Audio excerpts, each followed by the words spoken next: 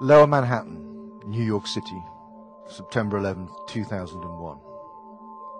This tragic event marked the declaration of a global war on terror led by the United States government and its allies. The world changed after 9/11. September the 11th, for me, was a wake-up call.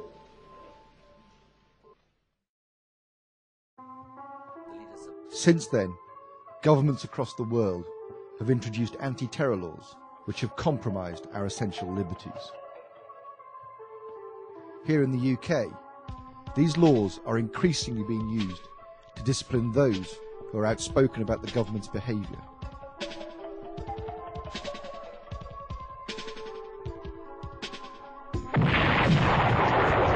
The Western invasions of Afghanistan and Iraq have claimed hundreds of thousands of lives. The British government lied to the public about the threat posed from Saddam Hussein. There is a threat from Saddam Hussein, and the weapons of mass destruction that he has acquired is not in doubt at all. No weapons of mass destruction were ever found in Iraq. Well, one only has to refer to the Downing Street memo, in which Richard Dearlove told Tony Blair that the United States had committed to a policy of regime change based upon the existence of weapons of mass destruction, that this was a very thin case that couldn't be sustained with any facts, and yet, because regime change was decided upon, the intelligence would be fixed to the policy. Former servicemen and women have testified that the methods used in these wars have been illegal and inhumane. Naked prisoners on dog leads, covered in shit, made to eat shit, terrorised by dogs. And Blair's got the cheek to say that he's got God on his side as well. That's what really annoys me. God? You could basically kill anybody you wanted. I mean, it was that easy. You didn't even have to get off and dig a hole or anything like that. All you had to do was have something there for a picture. You were driving down the road, 3 in the morning, there's a guy on the side of the road, shoot him, throw a shovel off. There you go. The white phosphorus will disperse in a cloud. And when it makes contact with skin, then it's absolutely irreversible damage, burning flesh to the bone. It doesn't necessarily burn clothes, but it will burn the skin underneath clothes. Far from enjoying peaceful and democratic regimes, the people of Afghanistan and Iraq are now living in violent and unstable societies.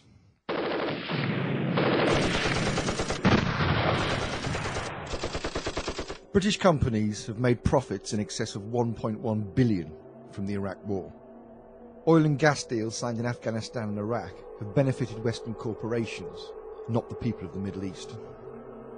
Several memos now in the public domain confirm that the British Prime Minister and the American President agreed to invade Iraq regardless of what the UN Security Council decided. According to a leaked official memo, Bush and Blair discussed flying U-2 spy planes disguised in UN colours over Iraq to provoke Saddam Hussein into retaliation. This is just more evidence of the smoke and mirror tactics adopted by the Western power elite. For a number of years now, it has been readily accepted that the official story of 9/11 does not stand up to independent scrutiny. In the 5 years since, irrefutable evidence has emerged indicating that 9/11 was an inside job.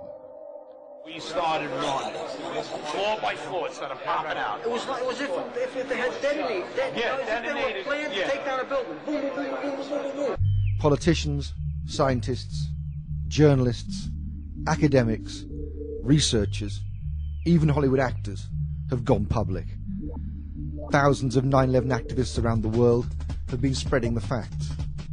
Yet the mass media still barely covers this mounting body of evidence and ignores the views of millions in the US and tens of millions across the world. In the year 2000, a document entitled Rebuilding America's Defenses was published by a private right-wing US think tank known as the Project for the New American Century, or the neocons. In it, they laid out their plans for Middle East domination in order to maintain control of the world's energy resources. They noted that a cataclysmic and catalyzing event, like the attack on Pearl Harbor during World War II, would help mobilize American opinion behind their war agenda. 9/11 was that event. As a result, the majority of British politicians supported the US-led war on terror. Recently, the UK and Ireland 9/11 Truth Movement have lobbied MPs to take a look at the compelling evidence that contradicts the official story. Judging from their responses, it appears most MPs deem themselves too busy to even consider the possibility that they have been duped for so long. Unfortunately, the majority dismiss rigorous scientific research and objective evidence as conspiracy theories. It is simply no longer plausible that the British government and its security services are unaware of the facts which indicate that 9/11 and other terrorist attacks were false flag operations. For a number of years, the evidence of MI5 and MI6 complicity in terrorist acts has been publicly available. Undercover intelligence agents who penetrated the IRA have risked their lives to expose the army and MI5's role in arms dealing, terrorist bombings, and the murder of civilians. I know from painful personal experience that MI6 in 1996 funded associates of Osama bin Laden in Libya to carry out an assassination on Colonel Gaddafi. That operation went wrong and killed innocent civilians. Publicly available records confirm that the intelligence services have in the past sheltered and protected terrorists. These include Osama bin Laden, Abu Qatada, and Haroun Aswat. In the 1990s, inquiries conducted by the Italian Parliament concluded that NATO and MI6 had supplied right-wing extremists with arms and explosives. Under the codename Operation Gladio, these were then used to assassinate public figures and cause terrorist atrocities, which were then blamed on left-wing groups.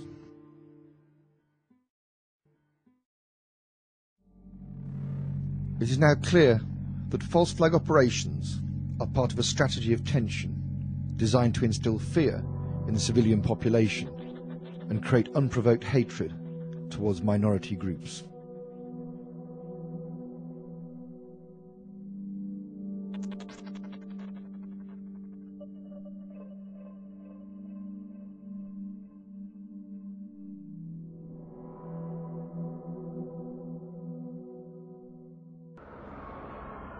On the 7th of July 2005, several explosions occurred on the public transport system in the City of London. The police initially reported that power surges had caused the blasts. Hours later, this scenario was discounted. In the 2 days that followed, different accounts emerged concerning the times that the bombs detonated. 2 days later, London Underground, the Metropolitan Police and the British Transport Police reported that 3 bombs exploded almost simultaneously on 3 separate tubes at around 0850.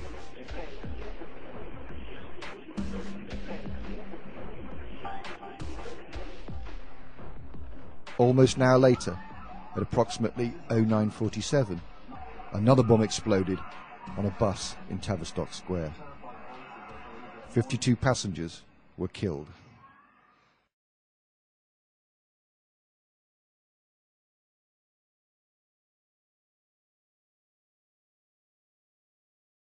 The police and the government have admitted that their knowledge of what happened that morning remains incomplete.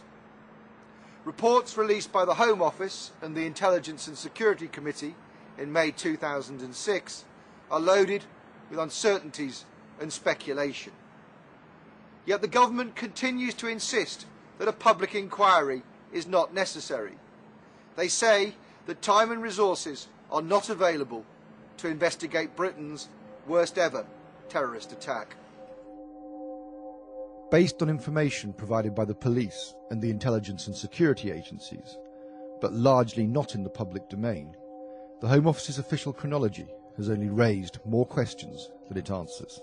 If London could survive the Blitz, it can survive 4 miserable bombers like this. I'm not saying there are 4 bombers, 4 miserable events like this. Little is known for certain of the 4 men's movements and the picture is only further confused by sloppy drafting, unclear sourcing of information, and confusion of speculation and comment. No official has publicly admitted responsibility for compiling the report.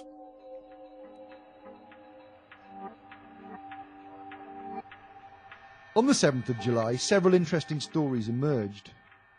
Amy Teeble, writing for the Associated Press, reported that the Israeli embassy in London had received a warning of possible terrorist attacks from Scotland Yard, minutes before the bombs exploded. Officials have said Israeli Minister Benjamin Netanyahu did not leave his hotel to attend an economic conference because of this warning.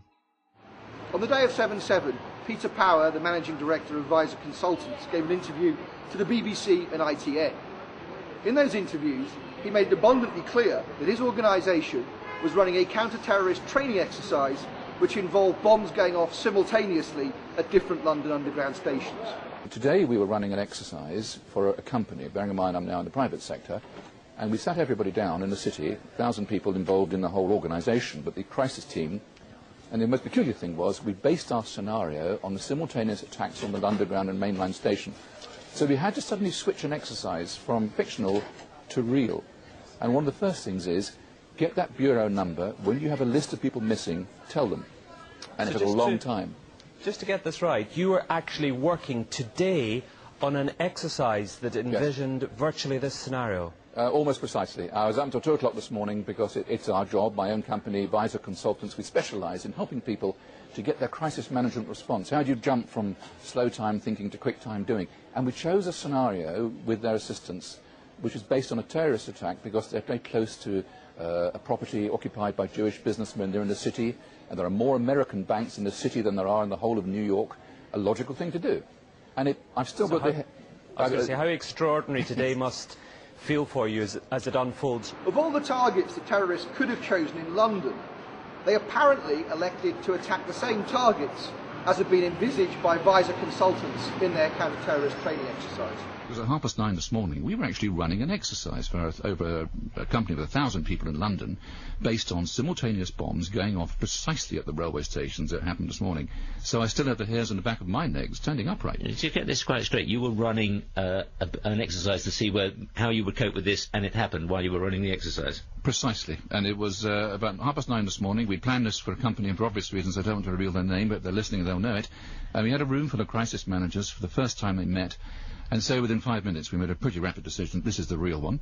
And so we went through the correct drills of activating crisis management procedures to jump from slow time to quick time thinking and so on. Peter Power, Visor Consultants and London Underground have refused to release any more details of this counter-terrorist training exercise. According to the Home Office, during the early hours of the 7th of July, 3 men travelled together by car from Leeds to Luton rail station. A fourth drove from Aylesbury to Luton. These 4 men were then apparently observed moving items between the cars before putting on large rucksacks and proceeding to enter Luton station. The men reportedly got a train which left Luton station at 7:40, arriving at King's Cross Thameslink at 8:23, before heading towards the London Underground, splitting up around 7 minutes later. We contacted the King's Cross and Luton officials. They let us have the databases for that morning. The train was clearly cancelled, and we then interviewed commuters on the platform. They told us that it wasn't running that day, and we got details of how each of the trains that did run were delayed. The 3 then allegedly boarded tube trains on separate lines.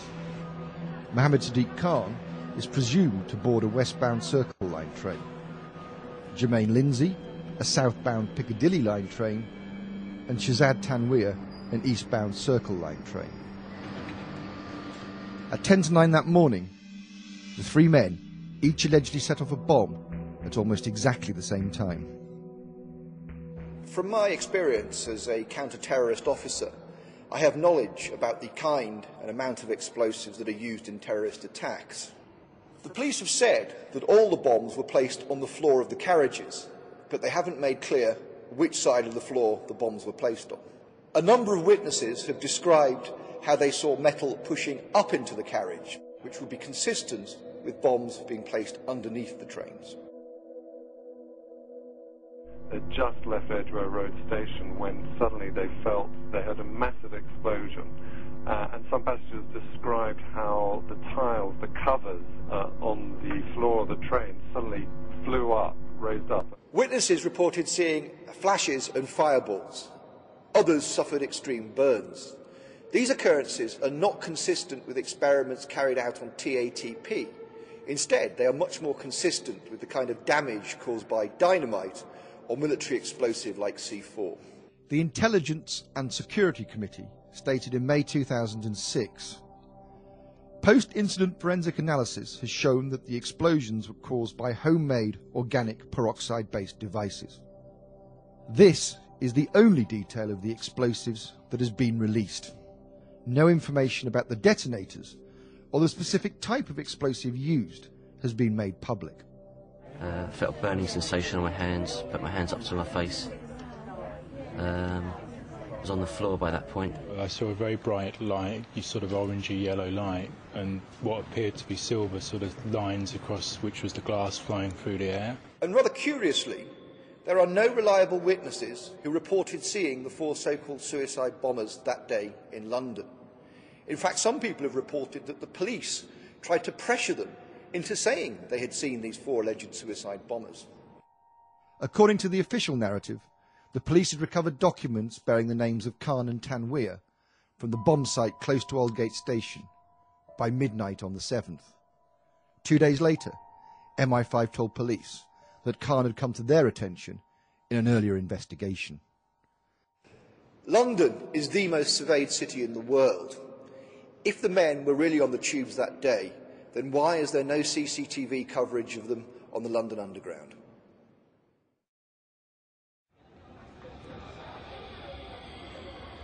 According to the Home Office, Hasib Hussain exited King's Cross Underground onto Euston Road, attempted to contact the other 3 men on his mobile before re-entering the station to go to Boots and WH Smith's, where he may have bought a battery.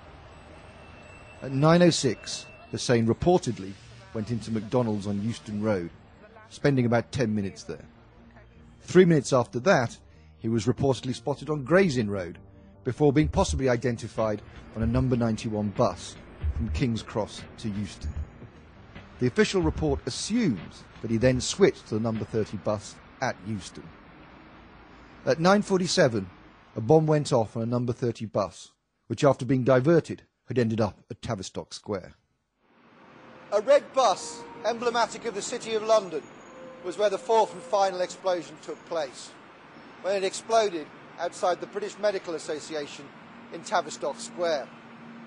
In my opinion, the damage is inconsistent with a single peroxide-based device detonating in one place. Unconfirmed reports by Stagecoach employees have suggested that irregular maintenance work took place on the bus in the weeks prior to 7/7. Although almost all London buses have CCTV, the 3 cameras on the bomb bus were not working that day. There has been no official explanation for this. The entire attack should have been caught on traffic cameras, yet no footage has ever been released. It is also important to note that none of the reported survivors have identified Hasib Hussain as the bus bomber. The official report says Hussain was identified on the 10th of July from a driving licence and other documents recovered from Tavistock Square. The link was then made between these and the missing person report. Police then linked Hussain to Khan and Tanweer, presumably through the Leeds connection. On the 12th of July, a day of several apparent breakthroughs in Operation Thesis, the police announced that they had found documents belonging to 3 men suspected of carrying out the attacks. That day, police searched a number of properties linked to the men in Leeds and Aylesbury. 18 Alexandra Grove in Burley, Leeds, quickly became known as the bomb-making factory. It was later widely reported that the police had discovered a large quantity of explosives in the flat. Although the Home Office report indicated that Khan, Tanweer and Hussain had been linked to the suspected bomb factory at Alexandra Grove by unspecified forensic examination, there is no other evidence currently available to suggest that any of the 4 suspects had access to this property. There is no confirmation that Magdi El-Nashar, the Egyptian chemistry student, rented the flat to the group, as is suggested in the official narrative. To quote the official report, police, working on the theory that there is a King's Cross link to the 3 train bombs, all being broadly equidistant from there at the time of the explosions, identify a CCTV image of 4 men with rucksacks at King's Cross. They recognised Tanweer first from a DVLA photograph. The police identify CCTV images of the same 4 at Luton Station. That day the police had also reportedly received information that 4 people were seen putting on rucksacks at Luton Station car park. Later on, police carried out 9 controlled explosions on the Micra. The Brava, which was apparently towed away because it didn't have a parking ticket, is later traced to Lindsay. By the 15th of July, the police had discovered identification for all 4 suspects at the 4 blast sites. 3 days later, the police made it public that they believed Shahzad Tanweer, Mohammed Sadiq Khan, Jermaine Lindsay and Hasib Hussain were responsible for the blasts in 4 suicide attacks. The statement was couched in language which indicated the police had come to their analysis on the basis of limited circumstantial evidence. It was far from a firm conclusion. As the Intelligence and Security Committee stated in May 2006, the devices were almost certainly detonated manually by the bombers themselves in intentional suicide attacks. Police are, though, clear about one thing. The 4 men in no way fitted the established profile of a suicide bomber. Tanweer, 22, who lived in Leeds, was a sports science graduate who helped out with his family's business. Although he drove a Mercedes, he had supposedly hired a Nissan Micra, which was reportedly used as the vehicle to transport himself, Khan and Hussain to Luton. Staff at rental companies have been instructed by police not to disclose information to journalists or investigators. A number of sources have recalled Tanweer playing cricket with friends in Leeds the night before the bombings. According to the Home Office report, he was filmed at Woodall services on the M1, buying snacks and arguing with a member of staff over his change at 4:54 a.m, hours before the blasts. Hussain, 18, still lived with his parents and his brother in Leeds. He had completed his NVQs at college and had just been accepted to study a business degree. He was engaged to be married. Lindsay, 19, born in Jamaica, had lived in Britain since childhood. Married with a young son, he was expecting his 2nd child. A carpet fitter by trade, he lived in Aylesbury, Buckinghamshire at the time of 7/7, but was reportedly considering moving to Leeds. Khan, 30, married with a daughter, was also expecting his 2nd child. The teaching assistant and youth worker from Leeds was highly praised by colleagues and students alike. Access to his local education authority file revealed that Khan had been trusted by the police to the point of helping them in work designed to combat the problem of gangs in Leeds. Evidence of Khan's pursuit of terrorism is far from conclusive. It's important to note that there are several reported terrorists with the name Mohammed Khan. Media stories of Khan's terrorist links, gleaned through anonymous security sources, remain unconfirmed. From what is known of Mohammed Sadiq Khan, it would seem unlikely that he could have been in a position to meet terrorists in Israel and the Philippines. The Home Office inquiry looked into these media allegations and found that they had no basis. Soon after the attacks, allegations surfaced of terrorist training and anti-Western indoctrination at gyms in Leeds, which Khan helped to run. The official narrative found these reports incomplete, conflicting, and based on hearsay. The Home Office admits it is difficult to be sure what the facts are. No reliable evidence has emerged that Tanweer, Hussain or Lindsay were motivated by religious and political issues to the point of violence. The men were almost certainly against the war in Iraq, a view shared by the majority of the British public. Millions of people have protested against the Iraq war in London. Why would any Islamic terrorist indiscriminately target people who have actively shown their contempt at the British government's decision to send troops to fight an illegal war? After the 7/7 bombings, the public was immediately told that the explosions bore the hallmarks of Al-Qaeda. Has the hallmarks of Al-Qaeda. It has the hallmarks of an Al-Qaeda-based organisation. After the incident, the authorities changed their rhetoric about Al-Qaeda. Politicians were now referring to a movement rather than an international organisation. What we are confronting here is an evil ideology. The implication being that anyone could be part of Al-Qaeda without being connected to actual terrorists. In fact, the day after 7/7, and 4 weeks before his death, Robin Cook made the point in an article in The Guardian. Al-Qaeda, literally the database, was originally the computer file of the thousands of mujahideen who were recruited and trained with help from the CIA to defeat the Russians. The government narrative released in May 2006 makes it relatively clear that the four men had nothing to do with the somewhat mythical Al-Qaeda organisation. In the days after 7/7, a claim on a website, hosted in America, was reported by the mainstream press as possible proof of an Al-Qaeda connection. The media covered the story, even though it was obvious anyone could make such a claim and post it on the net. And your support of them makes you directly responsible. The video released through Al Jazeera on the 1st of September 2005 did appear to portray political and religious motivation. You will be our targets. Those who knew Khan questioned the video's authenticity. The lip sync is certainly out at times, as if it had been heavily edited. Imprisonment and torture. Given that the video is of unknown provenance, it is highly unlikely it would be admissible as evidence in court. Other alleged Al-Qaeda videos have been deemed by many to be hoaxes. There has been no expert analysis of the video's credibility.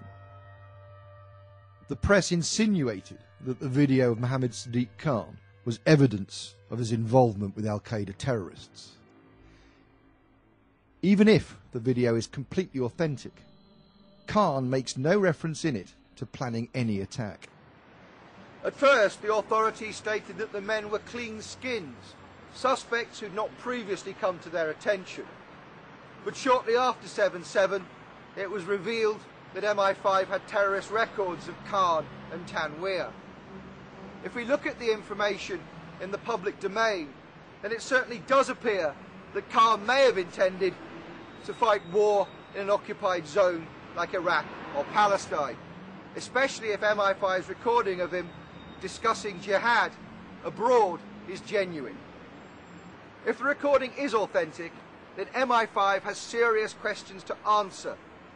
If Khan did come to attention on the periphery of a terrorist investigation and was not a threat, as MI5 have asserted, then it is reasonable to speculate that he may have been an agent of the intelligence services. If this was the case, then he would have had to behave like an extremist in order to win the trust of those he was tasked to report on. If these are clean skins, how can we blame the security services for not having been on their trail? As it's turned out, as I think was predictable and predicted, this has turned out to be not the case. Really, the level of information that was coming in about Khan, particularly if these American reports especially, which now seem to be being backed up by the actual American authorities, not just appearing in an author's book, that they tipped off the British about the specifics of Khan. And this was quite a serious plot in the United States that we were talking about, an attempt to blow up synagogues and so on. The amount of information coming in and the quality of information coming in, the fact that that has been so consistently overlooked, it would appear, by the security service MI5, to me suggests really only one of two options. Either A, we've got a level of incompetence that would be unusual even for the security service, but B, possibly, and this is a possibility, that his man Khan may even have been working as an informant for the security service. It's difficult otherwise to see how it can be that they've so covered his tracks in the interim. Since the bombings, information has been leaked to the press, rather than being officially released to the public, or seemingly, even the government. The time has come for our laws to change. It is no longer acceptable that the intelligence services can hide behind a veil of secrecy and play games with the media and the government. From my own experience of working within the intelligence services, I know that MI6 runs agents of influence within terrorist groups. I also know that the secret services provide forged documentation and safe houses to the terrorists they're working with to help them evade detection and capture. Former US Attorney General and current terrorism expert John Loftus told Fox News that Aswat had been arrested in 1999 in connection with a terrorist training camp. He had been later released after MI6 had interceded on his behalf. The clear implication was that Aswat was an MI6 agent. Aswat is believed to be the mastermind of all the bombings in London. On the 7/7 and 7/21, this is the guy, we think. This is the guy, and what's really embarrassing is that the entire British police are out chasing him, and one wing of the British government, MI6, or the British Secret Service, has been hiding him. And this has been a real source of contention between CIA, Hold on, John. Justice Department, and Britain. MI6 has been hiding him. Are you saying that he has been working for them? Oh, I'm not saying it. This is what the Muslim sheikh said in an interview in a British newspaper back in 2001. So he's a double agent, or what? He's a double agent. He's working for so he's working for the Brits to try to give them information about Al-Qaeda, but in reality, he's still an Al-Qaeda operative. Yeah. The CIA and the Israelis all accused MI6 of letting all these terrorists live in London, not because they were getting Al-Qaeda information, but for appeasement. It was one of those you leave us alone, we leave you alone kind of things. Now, we knew about this guy Aswat. Back in 1999, he came to America. The Justice Department wanted to indict him in Seattle because him and his buddy were trying to set up a terrorist training school in Oregon. So they indicted the buddy, right? But why didn't they indict him? Well, it comes out, we've just learned that the headquarters of the U.S. Justice Department ordered the Seattle prosecutors not to touch Aswat. Hello. Now, hold on. Why? And that's, well, apparently Aswat was working for British intelligence. In the weeks after 7/7, Aswat was arrested in Zambia. He was subsequently sent back to the UK and is still, at this moment, in HMP Belmarsh. The US are trying to extradite him back there under terrorist charges. Several media outlets have reported that Aswat was in communication with the so-called suicide bombers on the day of 7/7. Yet this information, although being taken seriously by certain quarters in the intelligence services, is not being taken seriously by the Met. They have failed so far to question Aswat in connection with a suspected role in the bombings. The intelligence community considers Al-Mujahideen, the organisation that Aswat was associated with, to have been a British-based recruiting wing of a larger terrorist network. It is understood that since the 1990s, the British security services have allowed Muslims to be recruited and trained in order for them to fight in conflicts around the world, where their role would be beneficial to the state. Crispin Black, the former Cabinet Office intelligence analyst, has suggested that the failure to pursue many terrorist suspects in Britain is as a result of an appeasement known as the Covenant of Security. According to Black, this refers to the long-standing British habit of providing refuge and welfare to Islamic extremists on the unspoken assumption that if we give them a safe haven here, they will not attack on these shores. There are some unconfirmed reports that Khan and the other men were in contact with members of Al-Mujahideen. If this is true, then the men may have been assisted by terrorists linked to the organisation. In other words, it is possible that terrorists trained with the aid of British intelligence agencies may have instructed and trained the four men. The government reports do not reveal whether associates of Al-Mujahideen were linked in any way to the bombings. Its spiritual leader, Omar Bakri, was banned from Britain shortly after 7/7. As a result, he has yet to be questioned for his possible role in the attack. It is also notable that the reports make no attempt to assess the warnings provided by the Saudis, the Americans and the French. A leaked 4-page Joint Intelligence Committee report revealed that there was prior knowledge of plans to attack the London Underground network. The reports again do not reveal what this intelligence was based on. The events which occurred on the 21st and 22nd of July are still surrounded in mystery. All of the men arrested for the incidents on the 21st have pleaded not guilty, to the charges of attempted murder and conspiracy to cause explosions. Some claim to have purposely made dummy bombs and profess that their plan was to intimidate rather than to kill or maim. Nothing about these incidents appears to make any sense. Why John Charles de Menendez was shot over half a dozen times in the head as he boarded a tube in Stockwell Station is also still a matter with no satisfactory explanation. The police lied to the public about his behaviour, and CCTV evidence, critical to the investigation, was tampered with, although it is not clear by whom.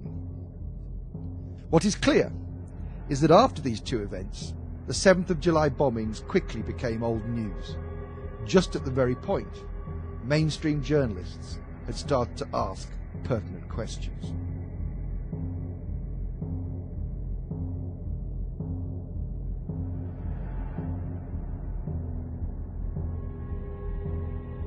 The terrorist alert level had been lowered more than a month before the attacks, from severe general to substantial.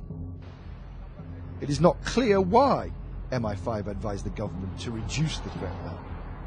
The meeting of the G8 leaders in Scotland was surely a time when security should have been increased.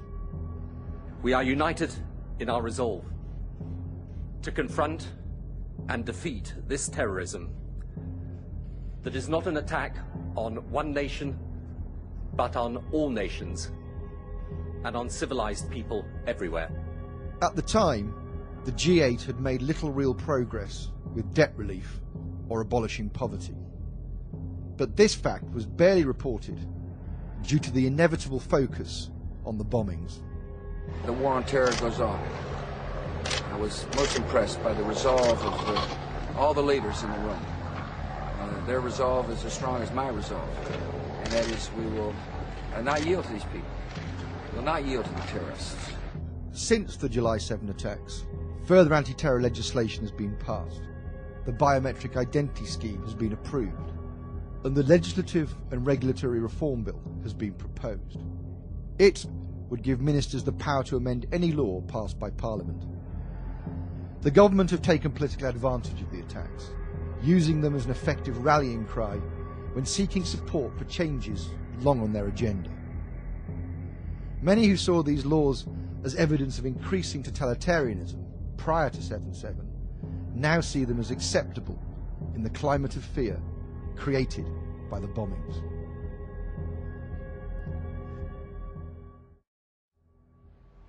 Due to the conflicting and unconfirmed stories published in the media, and the distinct lack of well-sourced information, it is impossible to say exactly what happened in London on the 7th of July 2005. The two government reports make no attempt to explain the anomalies in the explosives used. They make no reference to the coincidence of a counter-terrorist exercise taking place that morning. They do not investigate Haroon Rashid Aswat, reported to be both the mastermind of the attacks and an MI6 agent. The inquiries do not deal with the Khan video or the Al-Qaeda claims. And most importantly, there is no attempt to explain why there are so few CCTV images of the men in London and in Luton. If there is no definitive proof that the men were suicide bombers, then why isn't this made clear? The two government reports do not give a detailed or definitive account. They only raise more questions than they answer. The British public must question why ministers will not allow open and independent scrutiny of the evidence. The British people must exercise their democratic rights and insist there is a full-scale inquiry into the events of July the 7th.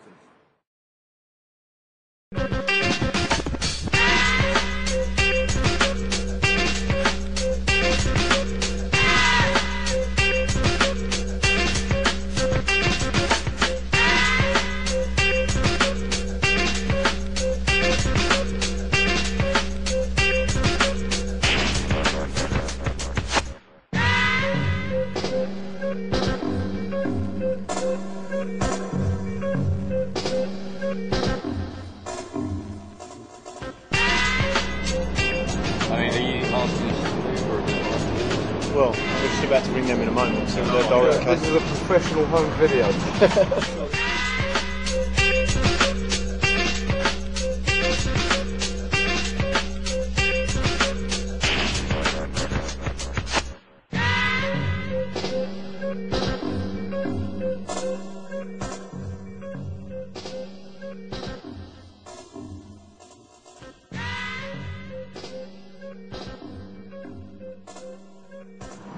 Dave, they've got a contact number they can ring you on. Oh, I haven't actually got a mobile on me at the moment.